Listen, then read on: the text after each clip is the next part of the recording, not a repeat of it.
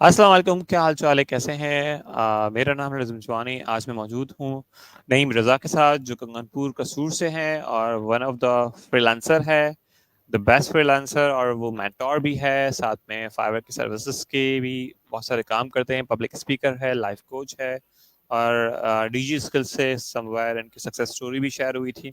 तो मज़ीद इनसे जानते हैं, मज़ीद सीखते हैं, और इनके बारे में भी जान पाऊंगा कि किस तरह मज़ीद अपनी लाइफ को मज़ीद बेहतर कर रहे हैं। तो अस्सलाम वालेकुम नईम भाई, कैसे हैं, क्या हाल चाल है? वालेकुम सलाम जी, अल्हम्दुलिल्लाह अली भाई, आप सुनाएं, सब ठीक? शुक्र अल्लाह का। सो नईम भाई, आप जिस तरह आप काम कर रहे हैं ज़बरदस्त किस्म का, तो आपकी जर्नी के बारे में थोड़ा अपना और तारुफ भी अपने आप में बताएं कि क्या क्या चीज़ें आप कर रहे हैं और क्या प्रोग्रेस है लाइफ के आपके। बेसिकली मैं इस वक्त फाइवर पे 2-3 अकाउंट हैंडल कर रहा हूँ। मुख्तलिफ़ किस्म की स्किल्स जो हैं मैं उन पे प्रोवाइड कर रहा हूँ, like life coaching, public speaking, mentoring और फाइवर अप्रूव्ड फाइवर फ्रीलांसिंग सिखा रहा हूँ लोगों को फाइवर के ऊपर बैठ के। और इसके अलावा मैं अपने इलाके की तरफ, अपने इलाके में जो लोग हैं उनको एम्पावर कर रहा हूँ फ्रीलांसिंग के हवाले से कि आप स्टार्ट करें, क्योंकि हमारा एरिया जो है काफ़ी बैकवर्ड एरिया है। डिस्ट्रिक्ट कसूर का लास्ट एरिया आ जाता है, कंगनपुर बिल्कुल बॉर्डर के साथ है। सो वहाँ पे लोगों को टीच करना, कोई भी आ जाए उसकी हेल्प आउट करनी, तो ज़िंदगी इन्हीं चीज़ों के दरमियान गुजर रही है। हम्म। सही, जी। ज़बरदस्त, एक्सीलेंट। सो आपका जो फाइवर की जर्नी है डीजी स्किल से किस तरह शुरू हुई, किस साल में आपने किया था, उसका भी मुझे बताएं। और ये काफ़ी इंटरेस्टिंग स्टोरी होगी सबके लिए। लाइक मेरे पास मेरा एक दोस्त, काफ़ी अच्छा करीबी दोस्त आता है और वो कहता है कि आप ना फ्रीलांसिंग स्टार्ट कर लो। और मुझे ये भी नहीं पता था कि फ्रीलांसिंग होती क्या है। मुझे यही लगता था कि जब मैं किसी फ्रीलांसर का सोचता था या कहीं पे भी मैं कोई कॉलम वगैरह या फेसबुक पोस्ट पे पढ़ता था, तो मुझे लगता है यार ये फ्री काम करने वाले लोग हैं, इनको इनका घर कैसे चलता होगा। मेरे नज़दीक फ्रीलांसर की डेफिनेशन ये थी इस फील्ड में आने से पहले। तो देन मैंने डिजी स्किल पे कोर्सेज वगैरह स्टार्ट कर दिए और फाइबर के कोर्स मैंने बाद में स्टार्ट किए। पहले फाइबर पे as a data entry operator अपना काम शुरू कर लिया। तो हम जब जो भी मेरी सुन रहे हैं, जस्ट गिव मी 1 सेकेंड, एक सेकंड सिर्फ मैं अपना कैमरा जो है मैं ऑफ कर लूँ, देन मैं। ये शो शो कोई मसला नहीं है।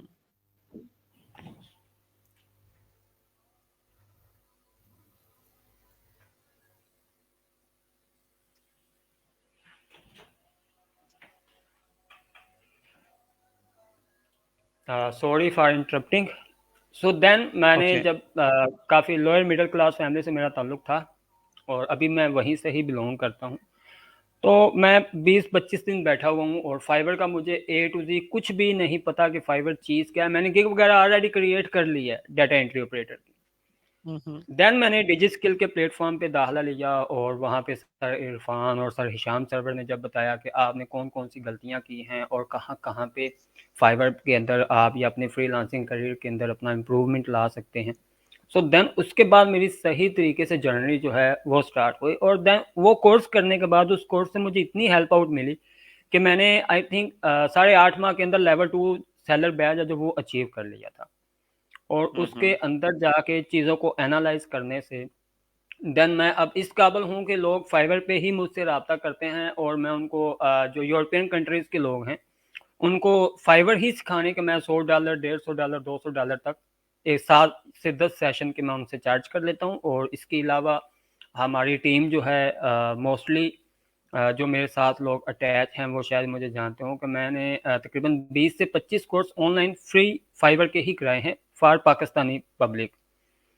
लाइक एक हम्म। केडीएम एक अदारा है कराची का, वहाँ उनके प्लेटफॉर्म पे मैंने रिसेंटली एक कोर्स करवाया है। एक दो इंडियंस के थे, उनको तो खैर पेड करवाया था, लेकिन काफ़ी ज़्यादा कोर्सेज मेरे यूट्यूब के काफ़ी ज़्यादा चैनल्स हैं, उनके ऊपर मेरे रिकॉर्डेड लेक्चर सभी को मिल जाएंगे। सो हम्म। एक बिना किसी हेल्प के मैंने फाइबर का करियर अपना स्टार्ट किया था। सो आज अल्हम्दुलिल्लाह लेवल 2 बैच और आई थिंक टॉप रेटेड तक पहुंचने वाला हूं मैं, मे भी आज हो जाए अचीव वो इंशाल्लाह लेवल, इंशाल्लाह। इंशाल्लाह। जी, ये थी मेरी टोटल जर्नी। सही, जबरदस्त। सो इसमें जो जर्नी है आपकी, जो इसमें आप सिखा रहे हैं, सीख रहे हैं, इसमें ऑब्जर्वेशन और रिसर्च का कितना पार्ट है कि आप कितना रिसर्च और ऑब्जर्वेशन मार्केट के ट्रेंड के हिसाब से उसको आप मजीद ढूंढ रहे होते हैं और उसको अपडेट कर रहे होते हैं अपने आप तो वो किस तरह अ, मैनेज करते हैं इसको? अली भाई, सबसे पहले मैं एक दो चीज़ें आपके इसी सवाल के जवाब में देना चाहूँगा। सबसे हम्म। पहले तो हमारी तरफ, मैं हूँ या आप हैं या कोई भी है, लोगों के अंदर सेल्फ अवेयरनेस नहीं है। उनको नहीं हम्म। पता कि वो किस काम के लिए बने हैं, उनके लिए कौन सी फील्ड अच्छी होगी। ये हमारे अंदर नहीं पता। ना ही हमें कोई करियर कोच गाइड करने वाला है, ना ही हमें टीचर्स गाइड करते हैं।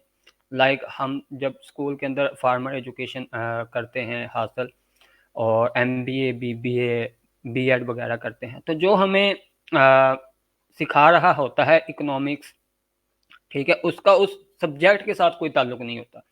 जो हमें कॉमर्स सिखा रहा है वो कोई बैंकिंग का नुमाइंदा नहीं है। इसी तरह जो हमें इस्लामियात वगैरह हमें स्टडी करवाते हैं वो कोई आलम या हाफिज वगैरह नहीं होते।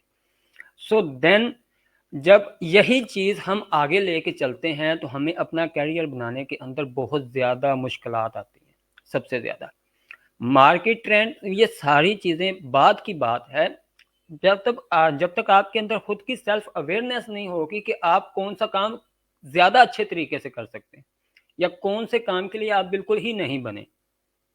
लोगों को देख के जब आप किसी चीज़ को फॉलो करेंगे तो आई थिंक आप जितनी मर्जी मार्केट रिसर्च कर लें, एनालाइज कर लें, कुछ कोई भी चीज़, आप कामयाब नहीं हो सकते जब तक आपको अपनी पावर्स का नहीं पता।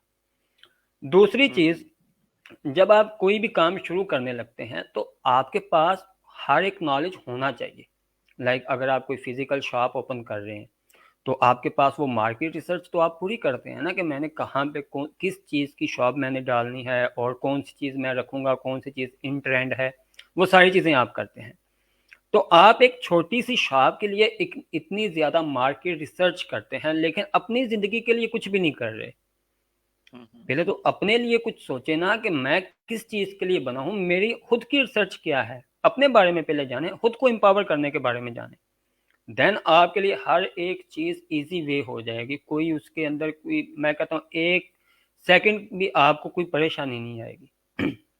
ट्रेंड्स फॉलो करें, कोई मसला नहीं है फॉलो करने में, लेकिन पहले ये देखें कि आप उन ट्रेंड्स को फॉलो करने के लिए बने हैं या एक नया ट्रेंड चलाने के लिए बने हुए।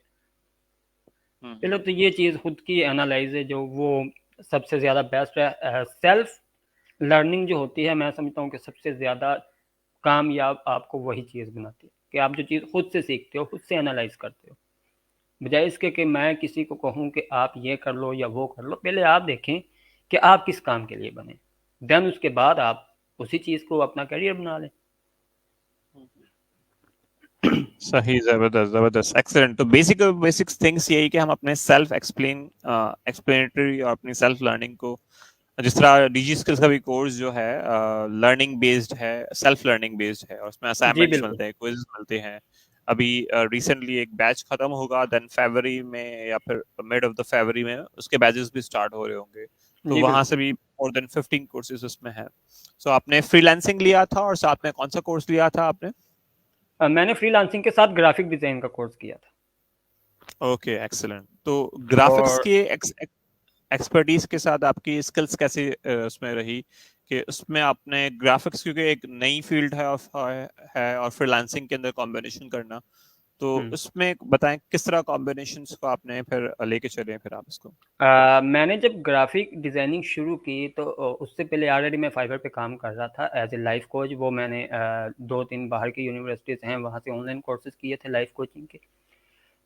देन जब मैंने ग्राफिक डिज़ाइनिंग सीख ली तो मैंने फाइवर पे देखा कि बहुत ज़्यादा ही स्कोप है, बहुत ज़्यादा उसके अंदर कंपटीशन है। आपका स्कोप तो बनेगा लेकिन टाइम के साथ, ठीक है, कि आपको बहुत ज़्यादा 1 साल 2 साल देने पड़ते हैं इस फील्ड को। आपको क्रिएटिव होना पड़ता है, अगर क्रिएटिव नहीं है तो इनोवेटिव तो लाजमी होना पड़ता है। देन मैंने ये देखा कि अगर मैंने एक स्किल सीखी है, मैंने इस पे 6 माह या 8 माह या 1 साल इस पे ज़ाया किया, तो बजाय इसके कि मैं इसको छोड़ के किसी और चीज़ की तरफ जाऊं, मैंने as a graphic teacher Fiverr को ज्वाइन कर लिया। कि बजाय इसके मैं ग्राफिक के रिलेटेड कोई काम करूं, मैं लोगों को सिखाने बैठ गया वहां पे। देन सही। उसके अंदर मैंने एक करियर बना लिया। तो स्किल कोई भी आप सीख लें, उसको फ्रीलांसिंग में मर्ज करना कोई मुश्किल काम नहीं है। बजाय इसके कि आप किसी चीज़ को एनालाइज ही नहीं करते, और आप देखते हैं कि मैंने एक चीज़ सीखी है और उसका तो स्कोप ही नहीं है, कॉम्पिटिटर्स ही बहुत ज़्यादा है, देन उसको सेकंड वे में इस यूज़ कर लें आप। मर्ज हो जाती है हर एक चीज़, इतना मुश्किल नहीं है। अगर आप बैठते हैं और काम करना चाहते हैं और रिजल्ट कमाना चाहते हैं, तो आपको तो फिर हर एक जो पॉसिबिलिटी है 1% भी पॉसिबिलिटी है, तो आपको तो उसकी तरफ जाना पड़ेगा। जबरदस्त। सो जी। ये चीज आपके पास जो मार्केट ट्रेंड्स है, बहुत सारे लोग और मजीद काम कर रहे होते हैं, तो इसमें आपने अपनी सर्विसेज को एज अ लाइफ कोच किस तरह डिस्कवर किया, एज अ पब्लिक स्पीकिंग और इसमें ट्रेनिंग के हवाले से? मैंने वही जो बात की सेल्फ अवेयरनेस वाली, कि मैंने जब खुद को देखा कि मैं बोलने में ज़्यादा अच्छा हूँ या किसी को गाइड करने में मुझे बहुत ज़्यादा इंटरेस्ट है, मुझे मज़ा आता है, ठीक है, तो मैं इसी चीज़ को अपना कैरियर लेके चल गया। ना कि मैंने ये देखा कि मैं तो अभी ग्राफिक डिज़ाइनिंग सीख रहा हूँ और जब तक वो कंप्लीट होगी तब तक तो उसका स्कोप बिल्कुल ख़त्म हो जाएगा। So as a life coach जब मैंने काम स्टार्ट किया तो कुछ वहाँ पे प्रॉब्लम्स तो आपको फेस करनी पड़ती हैं। लाइक आप डायरेक्टली, आपके पास कोई एजुकेशनल बैकग्राउंड भी ना हो, आपके पास कोई पास्ट एक्सपीरियंस भी ना हो, और आप एकदम से ही डाइव कर जाते हैं वहाँ पे इंटरनेशनल मार्केट के अंदर। तो लोगों के साथ रिलेशन बनाना, उनको डील करना, कम्युनिकेशन करना, वो काफ़ी ज़्यादा मुश्किल काम था मेरे लिए। काफ़ी ज़्यादा लोग हैं उनके लिए शायद ये काम मुश्किल ना हो, लेकिन मुझे इसके अंदर लोगों के साथ कम्युनिकेट करने के अंदर, कैमरे को फेस करने के अंदर काफ़ी ज़्यादा प्रॉब्लम्स आई थी, as a life coach, as a public speaker और फाइवर मेंटोर के तौर पे भी। तो जब आप एक चीज़ को करना चाहते हैं और आप उसको कैरियर बनाना चाहते हैं, तो छोटी मोटी मुश्किलात को देख के अगर आप उसको वाइंड अप कर देंगे या स्किप कर देंगे, तो वो आपके लिए तो काफ़ी ज़्यादा मुश्किलात ज़्यादा बढ़ेंगी, कम नहीं होंगी। पहले तो सेल्फ अवेयरनेस देखें, आप किस काम के लिए बने हैं, आपके लिए क्या चीज़ अच्छी है, देन उसको आप एज ए करियर अपना बना लें। सही, एक्सीलेंट। सो इसमें जो आपकी फाइवर है, जो फाइवर काफी लोग पढ़ाते हैं, सीखते हैं, सिखाते, तो आपने इसमें भी खुद भी जो है लेवल 2 जो इसमें आपने लिया है, सो इसकी बताएंगे कि इसमें फाइवर में हम किस तरह इस लेवल तक पहुंच सकते हैं, क्या सीक्रेट है इसके, क्या सॉसेस है इसके, कि मजीद जो है इसमें इसके जो प्रोफाइल्स है, सेटअप है इसका, थोड़ा ओवरव्यू देते हुए वो चीज़ें बताएं आप। जी, जो मेजर प्रॉब्लम हमें आती है नाकामी के अंदर, 2 से 3 प्रॉब्लम है जो कॉमनली हर बंदा फेस करता है। पहली चीज़ तो ये है कि वो फाइवर सीखते हैं यूट्यूबर से। ठीक, लाइक मैं अगर यूट्यूबर हूँ, तो मैं सारी रात बैठ के यहाँ पे ऑनलाइन नहीं बैठूंगा फाइवर के ऊपर, ना ही मैं हम्म 5-10 डॉलर्स के लिए अपने क्लाइंट के साथ बहस करूंगा। ठीक है, ना ही मुझे कोई रेटिंग का खतरा हो, क्योंकि मेरा वो करियर ही नहीं है। मेरा करियर तो यूट्यूब है, मुझे तो खाली व्यूज चाहिए, सब्सक्राइबर चाहिए। ठीक है, हम्म तो बहुत से लोग उनकी ये वीडियोस देख लेते हैं, लाइक लेट के 2 घंटे लेट के इतने डॉलर्स कमाएं, आप फ्री बैठ के इतने डॉलर्स कमाएं, असाइनमेंट टाइप करके इतने डॉलर्स कमाएं। तो पहले तो इन चीज़ों से हमें बाहर निकलना पड़ेगा कि किसी भी हम्म, चीज़ का कोई भी शॉर्टकट नहीं होता। ठीक है, सही। आपको एक प्रॉपर वे में लेके चलना पड़ता है, हर एक चीज़ को पूरी मेहनत करनी पड़ती है, ना कि आप किसी शॉर्टकट के पीछे भागें। दूसरी चीज़, आप कोई भी स्किल सीखें, हर स्किल का फाइवर के ऊपर स्कोप है। इवन कि मैं आपको अभी आपको सब पर्सनली शेयर करूंगा, शायद में भी आपकी नज़र से वो भी गुजरा भी हो, वो स्क्रीनशॉट कि एक बंदा दाता साहब दुआ दुआ करने जाता है और लोगों से हम्म 20-20 डॉलर लेता है। ठीक है जी, तो एग्जैक्टली। हर एक चीज़ का एक स्कोप है, कम ज़्यादा हो सकता है, लेकिन अगर आप ये कहें कि मैंने ये चीज़ सीख लिया तो इसका स्कोप कम है और उसका स्कोप ज़्यादा है और मैं अब इस चीज़ को फॉलो करना शुरू कर दूं, तो यहाँ पे आपकी नाकामी शुरू हो जाती है। तीसरा जो मेजर रीज़न, हम फाइवर की तरफ चलते हैं, जो प्रॉब्लम्स आते हैं जिनकी वजह से हम लोग नाकाम होते हैं। तीसरा मेजर प्रॉब्लम है कि हम अगले बंदे की अर्निंग से, अगले बंदे की सक्सेस से दो काम करते हैं, या तो जल जाते हैं, हसद करते हैं उस बंदे के साथ, या बहुत ज़्यादा ही उसको फॉलो करना शुरू कर देते हैं। ये दो काम मेजर फैक्टर्स जो हैं वो हम करते हैं, हमारी आवाम करती है। लाइक मेरे लिए कोई मुश्किल काम नहीं होगा कि मैं 20-25 हज़ार रुपये किसी फेसबुक ग्रुप वाले को दूं कि मेरा इंटरव्यू करे। मैं उसके अंदर अपने एक गाड़ी दिखा दूं, अपने एक ऑफिस दिखा दूं, अपना एक बंगला दिखा दूं, फेक ही होगा सब कुछ, और देन मैं अपना एक पेड कोर्स है जो वो लॉन्च कर दूं 20,000 25,000 रुपए वाला, ठीक है। अब लोग ये सारा कुछ ही कर रहे हैं। फाइबर के ऊपर आपको आके सबसे पहले तो ये चीज़ देखनी है कि आप एक मार्केट प्लेस के अंदर है। जिस तरह आप एक फिजिकल 3,000 4,000 किराए वाली शॉप रेंट पे लेते हैं और उसके मतलब पूरी मार्केट रिसर्च करते हैं, तो वही चीज़ यहाँ पे आप अप्लाई करें। फाइबर पे गिग बाद में बनाएं, पहले उसको एनालाइज करें कि ये चीज़ क्या है, आप कहाँ पे काम शुरू कर रहे हैं। फिर प्रोफाइल, इसके अंदर मेजर फैक्टर आता है कि हमारी जो प्रोफाइल होती है उसके अंदर हम अपनी पूरी डिटेल्स ही पुट नहीं करते।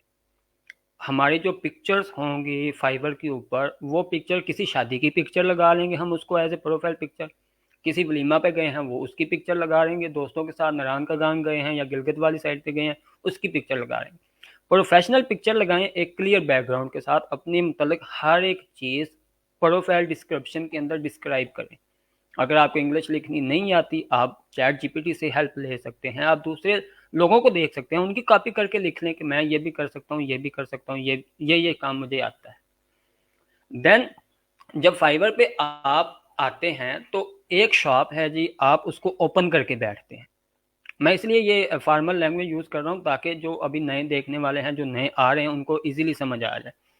अब आप एक शॉप ओपन करके बैठते हैं और उसके अंदर आप ओपन करेंगे तो आपको जो हैं क्लाइंट्स आएंगे, कस्टमर आएंगे। तो हमारी तरफ इसको ऑनलाइन बैठना नहीं होता, लोगों ने ऑटो रिफ्रेशर यूज़ कर लेते हैं, लोगों पे जाके एक्सटेंशन यूज़ कर लेते हैं। खुद जब तक आप मेहनत नहीं करेंगे अल्लाह ताला की ज़ात आपको कामयाबी नहीं देगी। ये मेरा पर्सनल एक्सपीरियंस है। अगर आप एक जगह पे बैठ के अपने लिए, अपने बच्चों के लिए, अपनी फैमिली के लिए रिज़्क कमाना चाहते हो तो मेरा ये यकीन नहीं है बिल्कुल भी कि अल्लाह ताला आपकी मेहनत अपने पास उधार रखेगा। आप मेहनत तो करें, पहले मेहनत करेंगे देन ही आप कामयाब होंगे, ना कि आप बजाय कोई मेहनत करने के आप ऑटो रिफ्रेशर लगा रहे हैं, फेक ऑर्डर्स ले लें, ठीक है। ये सारी चीज़ें आपकी हेल्प नहीं कर रही, आपको ड्रॉप डाउन कर रही हैं, नीचे फेंक रही हैं। आप आज एक स्किल सीख के फाइवर के ऊपर ऑटो रिफ्रेशर लगा के बैठ जाते हैं, एक फेक ऑर्डर ले लेते हैं, तो फाइवर तो भाई काम कर रहा है 2010 से, ठीक है। जब हमारी तरफ लोगों के पास फेसबुक के ग्रुप्स ज्वाइन करने के बहुत खुशी होती थी कि मेरे इतने ग्रुप्स के मेंबर हो गए, फाइवर तो तब से काम कर रहा है। तो अगर आपको लगता है कि ये थके हुए फ्री के जो सॉफ्टवेयर एक्सटेंशंस के साथ आप फाइवर को compete कर सकेंगे, आप फाइवर के सिस्टम को compete कर सकेंगे, तो पहले तो इस सोच से बाहर आएं। इसका शॉर्टकट कोई नहीं है, प्रॉपर वे में एक प्रोफाइल बनाएं, अपने गिग बनाएं, थंबनेल अच्छे लगाएं, उस पर गिग इमेजेस, जो जो काम आप कर सकते हैं वो लिखें, ना कि वो लिखें कि जो आप झूठ बोल के आप ऑर्डर लेना चाहते हैं। क्लियर चीजें बताएं जी कि मुझे वीडियो एडिटिंग इतनी आती है, इतनी मैं आपकी करके दूंगा। कोई इंटरेस्टेड होगा तो आपको लाजमी आपको क्लाइंट आएगा, ठीक है।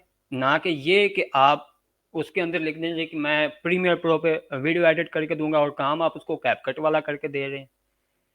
तो जो चीज़ें आती हैं अपने बारे में सच बोलें, लोग सच को ही वैल्यू देते हैं, ना कि किसी और चीज़ को। तो इसका शॉर्टकट तो कोई नहीं है, कोई सीक्रेट टिप्स नहीं है इसके मतलब, ठीक है। सिर्फ ये है एक गिग बनाएं, ऑनलाइन रहें, फेक ऑर्डर्स की तरफ ना जाएं, ठीक है। जब आप फेक ऑर्डर लेते हैं तो फाइवर के एल्गोरिदम को लगता है कि भाई मुझे इसको रैंक करने की क्या ज़रूरत है, इसको बगैर रैंकिंग के ही ऑर्डर मिल रहा है, ठीक है ना। अगर एक बंदा आपकी हेल्प करना चाहता है, आपको खाना देता है रोजाना, मिसाल के तौर पे हम एक अपने एक्सपीरियंस के साथ मैं ये बात बताता हूँ आपको कि एक बंदा आपको डेली एक प्लेट चावल की दे के जाता है और अगले दिन आता है तो आप किसी से चावल खरीद के खा रहे होते हैं, तो उसको वो तो आपको दोबारा प्लेट नहीं ना देगा, क्योंकि उसे लगेगा कि ये इस काबिल है कि किसी से खरीद के खा सके, तो फिर आपको कोई बंदा भी ये चीज़ नहीं देगा। तो ऐसे ही फाइवर का सिस्टम सर काम करता है कि वो आपको देखता है कि आप कितनी देर ऑनलाइन रह रहे हो, कितना आप मेहनत कर रहे हो, फिर वो आपको खुद ब खुद ही रैंक करता है। आप अच्छी तरह ऑप्टिमाइज करें अपनी फाइवर की गिग, तो फाइवर एल्गोरिदम आपको एक माह के अंदर पूरा हफ्ता रैंक करेगा। ये जितने लोग देख रहे हैं अपनी फाइबर के जो गिग्स स्टैटिक्स के अंदर जाएं, आपको 7 दिन मुकम्मल रैंकिंग मिली होगी अगर आपने सही तरीके से अकाउंट बनाया है तो। और वही फेक ऑर्डर वाला है तो फिर 3 माह के लिए कोई भी ऑर्डर भूल जाए, आपको ऑर्डर नहीं मिलने वाला। सही, ज़बरदस्त। आप जो एग्जांपल्स दी और चीज़ें अपने एक्सपीरियंस से बताया, तो ऑनलाइन इज मेन फैक्टर और कीवर्ड के ऑप्टिमाइज करना। अच्छा, कीवर्ड रिसर्च काफ़ी बार लोगों के लिए बहुत मुश्किल होता है कि वो कीवर्ड को रिसर्च नहीं करते या उस काम को उकता जाते हैं, बस वो कॉपी पेस्ट कर रहे होते हैं, तो हम्म। उससे गिग का बहुत नुकसान होता है। तो आप कीवर्ड रिसर्च के किस तरह उसको वे को गाइड करते हैं स्टूडेंट्स को, और मजीद किस तरह करना चाहिए, उस पर कितना टाइम लगाना चाहिए, तो उसकी जी इंपॉर्टेंस पे आप बिल्कुल। क्या करना चाहेंगे? बिल्कुल, कीवर्ड जो है, पहली चीज़ तो मैं आपको ये बता दूं कि जो कीवर्ड हम यूज़ ही गलत जगह पे करते हैं। अब कई लोग मेरे पास आते हैं, जब उसकी गिग का रिव्यू मैं करता हूँ, ऑडिट करता हूँ प्रोफाइल को, तो उसके अंदर ये चीज़ कॉमन फैक्टर है कि उन्होंने कीवर्ड्स जो है वो पॉजिटिव कीवर्ड्स, जहाँ पे रिलेटेड टैग्स जिसको हम कहते हैं फाइबर की लैंग्वेज में, वहाँ पे उन्होंने कीवर्ड्स ऐड किए होते हैं। आपके कीवर्ड्स ऐड होते हैं आपके टाइटल के अंदर, ठीक है। अगर आपको कीवर्ड रिसर्च के अंदर कोई भी प्रॉब्लम आ रही है, तो आप कोई भी अपनी सर्विस को ओपन करें, कोई भी गिग ओपन करें, किसी टॉप रेटेड की कर लें, किसी न्यू सेलर जिसको ऑर्डर मिल रहे हों, उसका यूआरएल देखें, जो उसका लिंक है गिग का, उसके अंदर जो कीवर्ड होंगे वो रियल कीवर्ड होंगे। टाइटल पे देख के आपने कीवर्ड सर्च नहीं करनी। जब आप उस यूआरएल के अंदर कीवर्ड देखेंगे, देन उनको रिसर्च करेंगे, तो उसके ऊपर कंपटीशन बहुत कम रह जाएगा, तो इसका मतलब आपका स्कोप बन जाएगा। अब कंपटीशन देखना, कम देखना एक चीज है, एक पार्ट है एक सिक्के का, क्वीन का। सेकंड पार्ट जो है वो ये है कि उसके ऊपर सर्च वॉल्यूम भी चेक करना पड़ता है आपको, ठीक है। लाइक अगर आप यूनिक कीवर्ड यूज करते हैं और उस पर सर्च वॉल्यूम नहीं, लाइक उस पर लोगों को ऑर्डर ही नहीं मिल रहे, तो कंपटीशन कम हो ज्यादा हो, उससे भी आपको ऑर्डर भी नहीं मिल रहे। अगर आप कोई हम्म। एक चीज यूज करते हैं, अब जिस चीज का करने वाले या जो चीज सर्विस प्रोवाइड करने वाले ज्यादा होंगे, उसका मतलब है वो काम भी ज्यादा होगा। ऐसा तो नहीं हो सकता अगर वीडियो एडिटिंग करने वाले 10,000 लोग हैं और काम करवाने वाला सिर्फ 1,000, ऐसा नहीं होता। ये होता है कि 10,000 लोग एक चीज की सर्विस दे रहे हैं, तो काम करवाने वाले लाखों में होंगे। हम्म। सर्च वॉल्यूम ये देखना है आपने कि जितने आपके पास सेलर एक बार सर्च करने पे आ रहे हैं, उस पे उनको ऑर्डर भी 60 to 70% सेलर्स को ऑर्डर भी मिले होने चाहिए उस कीवर्ड पे, उस नीश पे। तो आपके लिए आसान है, वो यूज करें आप। यहाँ पे लोगों को तो ये नहीं पता कि पॉजिटिव कीवर्ड्स कौन से हैं और नेगेटिव कीवर्ड्स कौन से हैं। हम्म। वो खाली कंपटीशन देख लेते हैं कि इसके अंदर सिर्फ 2,000 बंदा काम कर रहा है, इसके अंदर 1,500 बंदा काम कर रहा है, और उस पर 1,500 को ऑर्डर ही नहीं मिले, तो इसका मतलब आपको भी नहीं ऑर्डर मिल रहे। लेकिन एक चीज है, उस पर 15,000 बंदा काम कर रहा है और 15,000 में से 13,000 14,000 को ऑर्डर मिल रहे हैं, तो देन आप उसको यूज करें कीवर्ड को, उसके अंदर कोई इशू नहीं है, आपको भी ऑर्डर मिलेगा। ऑनलाइन रहेंगे तो ऑर्डर मिलेगा। अगर आपने ऑटो रिफ्रेशर लगाना है या कोई भी ऐसी चीज करनी है, फेक ऑर्डर लेने हैं, तो फिर तो भाई ऑर्डर नहीं मिलने वाला।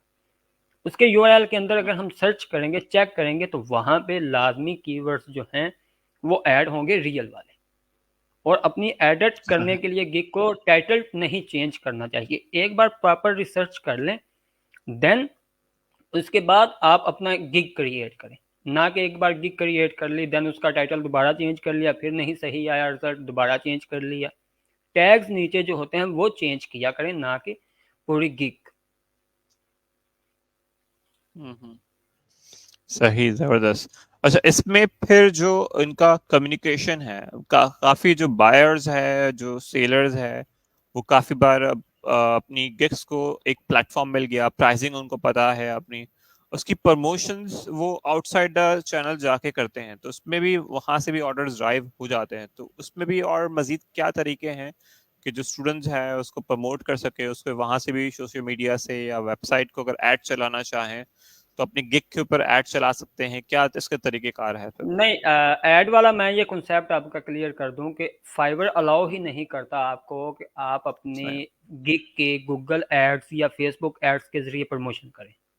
ये फाइबर की हम्म। टर्म्स एंड कंडीशन को पढ़ना चाहिए, सभी को पढ़ना चाहिए जो फाइबर पे काम कर रहे हैं या जो करना चाहते हैं। उनकी टर्म्स एंड कंडीशन के अंदर ये बिल्कुल क्लियर लिखा हुआ है कि आप इसको प्रमोट नहीं कर सकते। आप जितने भी सोशल मीडिया प्लेटफॉर्म हैं वहां पे अपनी गिग का लिंक शेयर करें, साथ थोड़ी बहुत डिस्क्रिप्शन दे दें, लाइक लिंक्डइन है, उसके बाद क्योरा है, उसके बाद ट्विटर है, फेसबुक है।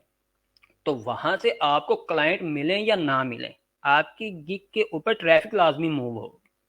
तो जब आप बाहर से किसी और प्लेटफॉर्म से ट्रैफिक लेके आएंगे तो फाइवर तो आपको रैंक करेगा। यहाँ पे टोटल ऑर्डर्स आपको रैंकिंग से ही मिलते हैं और ऑनलाइन रहने से मिलते हैं। तो आप इसकी ऐड तो चला नहीं सकते, लेकिन सोशल मीडिया प्लेटफॉर्म पे आप लाजमी इसको शेयर कर सकते हैं। गूगल एड्स और फेसबुक एड्स फाइवर अलाउ नहीं करता। मेन चीज है सही। ट्रैफिक मूव करना आपकी गिग की तरफ।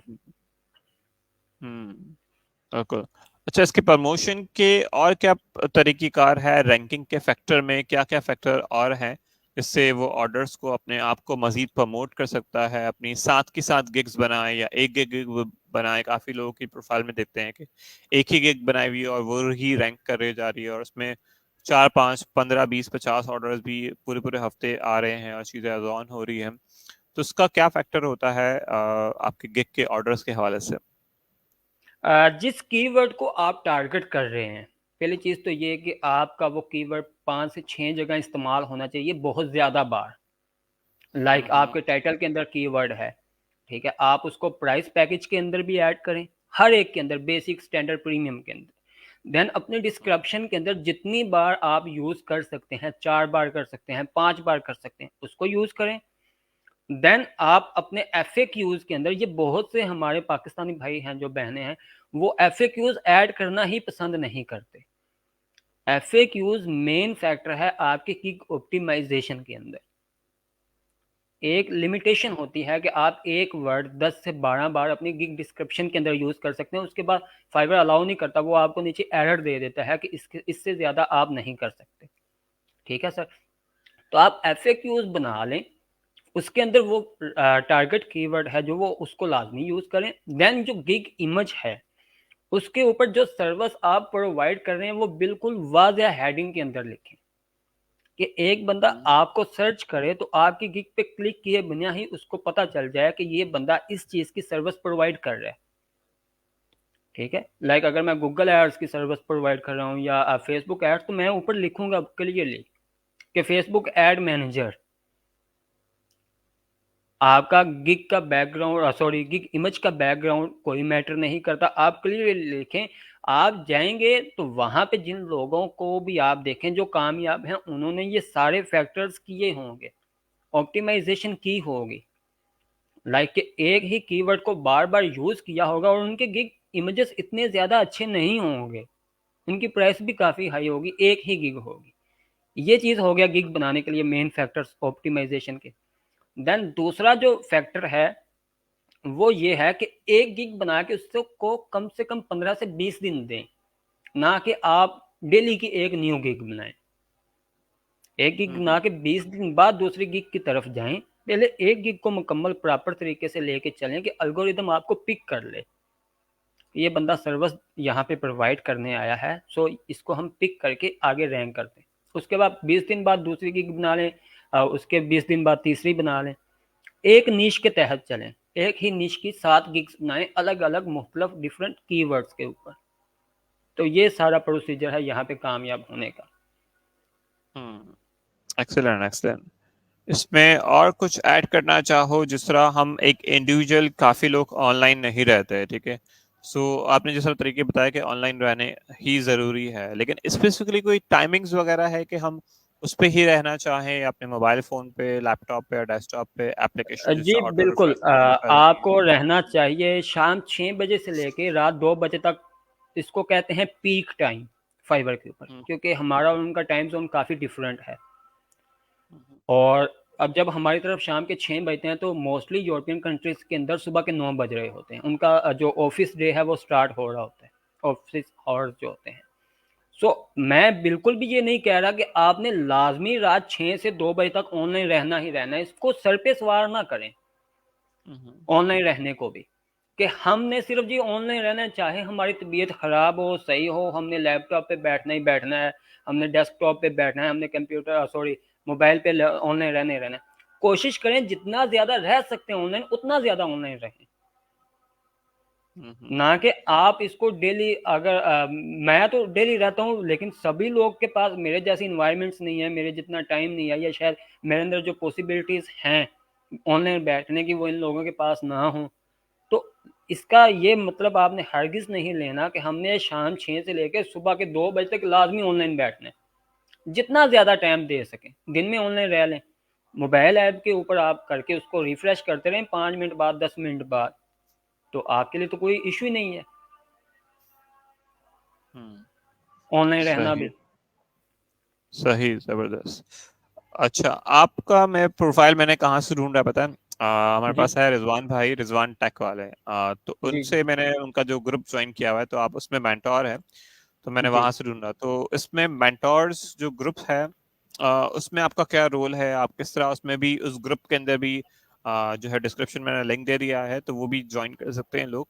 तो इसमें आप किस तरह हेल्प कर रहे होते हैं एक इकोसिस्टम में? क्योंकि जो इस तरह का आपने एनवायरनमेंट काफी बार नहीं होता है, तो फेलियर का फैक्टर बन रहा होता है। जी। तो उसके बारे में क्या कहना चाहेंगे आप? मेन पर्पस जो था सर रिजवान का ये ग्रुप क्रिएट करने का, वो यही था कि लोगों को ज़्यादा से ज़्यादा एम्पावर किया जाए, फ्री कोर्सेज करवाए जाएं हम्म, और उनको वर्थ दी जाए उनके टाइम की, ना कि हम्म, आपको एक सेशन करवा के वहाँ पे बीच छोड़ के आपको पता ही ना चले कि हमने नेक्स्ट स्टेप क्या करना है। तो हमारा मेन जो पर्पस था ये ग्रुप ज्वाइन करने का, वो यही था कि हम लोगों को ज़्यादा से ज़्यादा एजुकेट कर सकें, ज़्यादा से ज़्यादा एम्पावर कर सकें। मेरा वहाँ पे रोल ये है कि फाइबर के रिलेटेड कोई भी प्रॉब्लम्स होगी तो वहाँ मुझे, मेरी ड्यूटी ये है कि फाइबर की जितनी भी प्रॉब्लम है मैंने उनकी जो है हेल्प आउट करनी है उसके अंदर, चाहे किसी की गिग नहीं बन रही, कीवर्ड रिसर्च के अंदर प्रॉब्लम आ रही है, या उनका कोई और इशू आ रहा है अकाउंट अप्रूवर के अंदर। देन सर रिजवान साहब हैं जो वो pro level, pro verified fibre के सेलर हैं, ठीक है, प्रो लेवल के, टॉप रेटेड से भी ऊपर एक लेवल है प्रो लेवल। सो उनका एक्सपीरियंस तो बहुत ज़्यादा है, लेकिन वो वन बाई वन तो गिग चेक नहीं कर सकते। सो देन ये मेरे लिए ये ड्यूटी है मेरी। दूसरा वहाँ पे हमने एक टास्क रखा हुआ है, लाइक 5,000 अगर हमारे मेंबर्स कंप्लीट होते हैं तो हम वहाँ पे लिंक्डइन का फ्री ऑफर कर रहे हैं कोर्स। और इसके अंदर जितने भी कोर्स हम ऑफर करेंगे वो ए टू जी फ्री होंगे, सिर्फ हमें सभी लोगों से उनका टाइम चाहिए होगा, ना कि हम उसके कोई 1 रुपया भी उस चीज़ का चार्ज नहीं करेंगे। और लाइफ टाइम उनको सपोर्ट देंगे इस चीज़ के बारे में कि लाइक हमने जो कोर्स करवाया है, अगर उसके अंदर उनको कोर्स करने के 10 माह बाद, 2 साल बाद भी कोई प्रॉब्लम आ रही है तो हम यहीं पे हैं, हम हेल्प आउट करते रहेंगे लोगों की। तो मेन पर्पस तो ग्रुप का यही है कि हम लोगों को ज़्यादा से ज़्यादा एम्पावर कर सकें। हम्म, बिल्कुल। Excellent, excellent. अच्छा, जो लाइफ कोचिंग है, आप लाइफ कोचिंग किस तरह देते हैं लोगों को? क्या क्या प्रॉब्लम के हवाले से लोगों को सॉल्व कर रहे हो, उनको एडवाइस कर रहे होते हैं? अली भाई 5 मिनट का हम स्टे कर सकते हैं, अजान हो रही है। हाँ, श्योर श्योर। जी थैंक यू।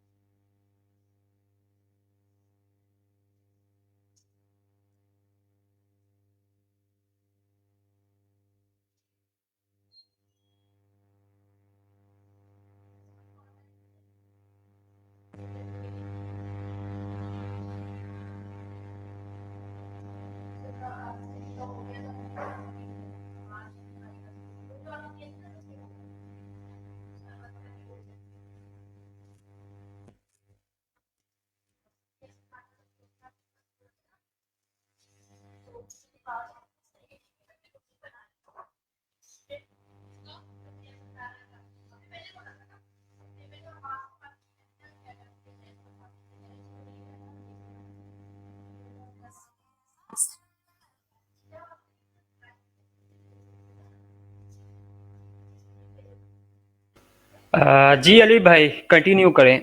तो बेसिकली लाइफ कोचिंग के अंदर मोस्टली जो होते हैं यूरोपियन कंट्रीज़ के लोग, वहाँ के जो भी कॉमन फैक्टर्स हैं, कॉमन प्रॉब्लम्स हैं, उनको सॉल्व करना होता है। कोई भी चीज़ आ सकती है, लाइक डिप्रेशन आ सकता है, स्ट्रेस आ सकता है, कोई और रिलेशनशिप इश्यूज आ सकते हैं उसके अंदर। सो मोटिवेशन का भी इसके अंदर फैक्टर ऐड होता है लाइफ कोचिंग के अंदर, कि एक लाइफ कोच का बुनियादी काम ये होता है कि उसका जो क्लाइंट है उसका पूरा कॉन्सेप्ट, किसी चीज़ के बारे में पूरा point of view he change कर देना। इस चीज़ का नाम है लाइफ कोचिंग। सो अगर कोई ये सोच रहा है कि मैं ये हूँ, तो उसका अगर वो सही सोच रहा है तो उसको एम्पावर करना कि बिल्कुल आप सही हो। अगर वो गलत सोच रहा है मेरी नज़र में, तो मेरा मेन काम यही होगा कि मैं उनके साथ कम्युनिकेट करके, जैसे हम वीडियो सेशन कर रहे हैं, वीडियो सेशन करके उनको बताना कि नहीं आप गलत सोच रहे हो, इसका ये मतलब है।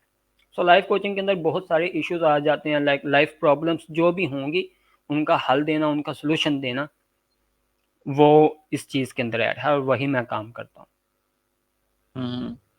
सही, एक्सीलेंट। अच्छा, इसमें आपके पास आप एडवाइजिंग भी करते हैं और मेंटोरशिप भी है।